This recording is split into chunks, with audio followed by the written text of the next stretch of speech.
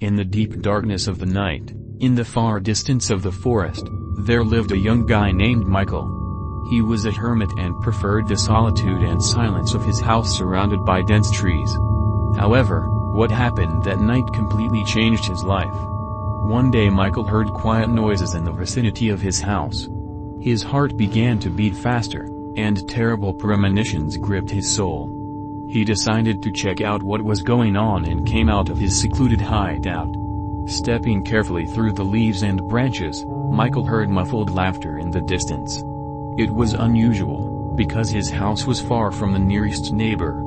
Armed with a flashlight, he moved towards the sound, unaware of what was hiding in the depths of the dark forest.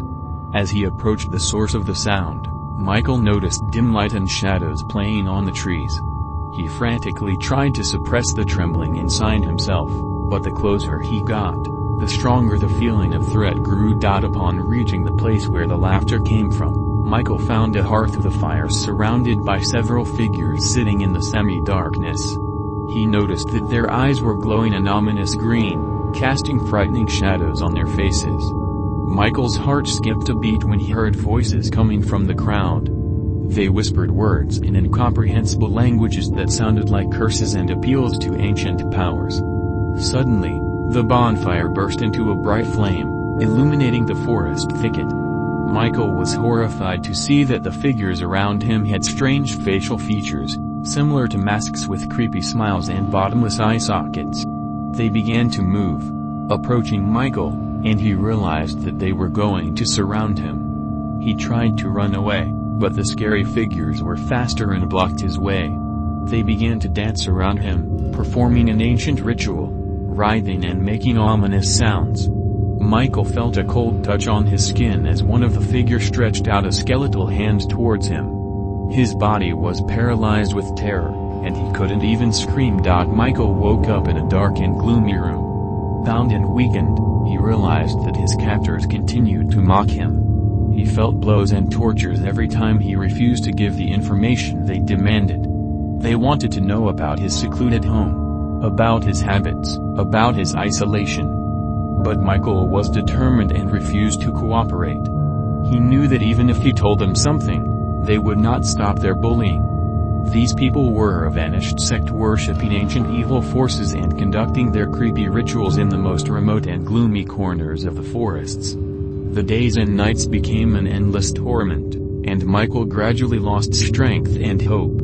He looked into the eyes of his torturers and saw the abyss of evil in their evil looks. He knew that escape was almost impossible, but he didn't give up. With the small remnants of his strength, Michael began to plan his liberation attempt. He watched his abusers, looking for a weak spot, a moment of unpredictability. And finally, after many weeks of torment, he saw his chance. As soon as Michael noticed the slightest weakening of the vigilance of his abusers, he decided to act. He realized that his only chance of salvation lay in surprise and speed.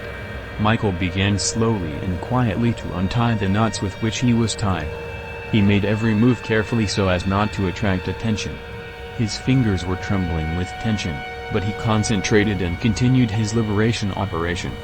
When the last knot was untied, Michael slowly stood up, trying not to make a sound. He looked around the room, looking for a weapon or something that could help him in the fight.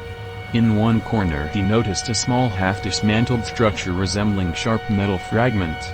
In the heat of the moment, Michael grabbed one of the pieces and hid it behind his back. He was watching his torturers closely. Their attention was completely absorbed in other matters.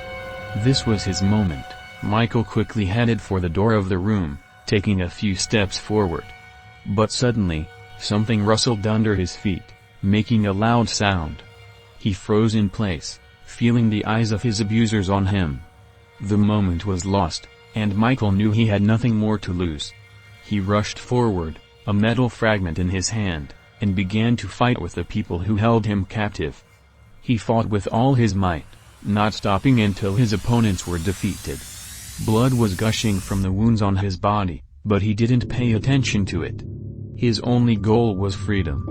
Michael ran out of the room and ran through the gloomy corridors, hearing the screams of his pursuers behind him.